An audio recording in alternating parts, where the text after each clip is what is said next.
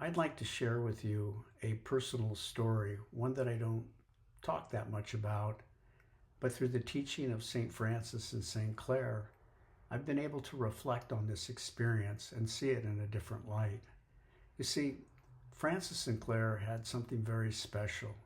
They had a deep trust and faith in God that He would act on their behalf even when everything looked impossible.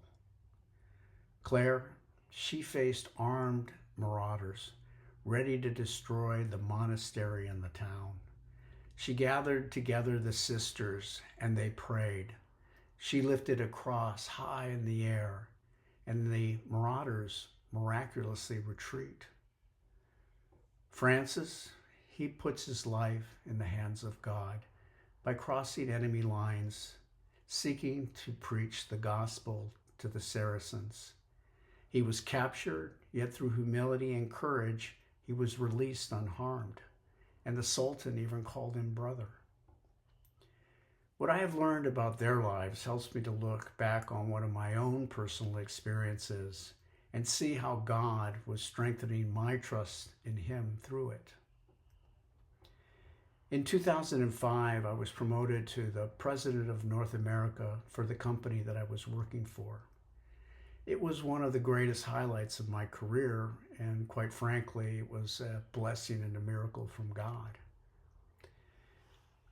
I know that I am not the most talented person in the room, but I always try to stay faithful and focused to what I think matters the most, and that's people.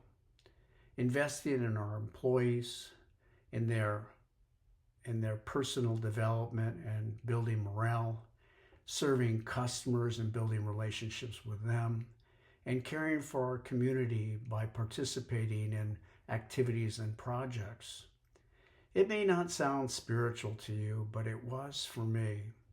Putting people first was my way of living my faith at work and really leading like Jesus would. Then came 2008. The financial bubble burst, and I missed one quarterly number, and I was fired. I was fired because they said I didn't move fast enough, that I basically didn't lay people off to offset the economic crisis. Everything changed overnight. I felt blindsided and I felt alone. I cried out, "Why me, Lord? Why me, Lord? Haven't I been serving you and your people?" It was the loneliest moment of my life. It was like being knocked down, laying in the gutter, people walking by you and either not seeing you or not wanting to do anything to help you. But what I didn't see was that God was already working around me. Within 2 weeks, I received a phone call from a colleague, and he was telling me that the employees were upset about my departure, that customers were talking about moving their business to other companies, and I even had our largest competitor reach out for a job offering. Then, on one Sunday, I got a call from the COO, which I thought it was peculiar to be on Sunday. That was followed by a Monday meeting with our CEO. Long story short, I was fired in April, reinstated in May, and fully back to the office by July. Looking back now through the stories of Francis and Clare, I see what was really happening. God was not punishing me through the act of the firing. He was forming me.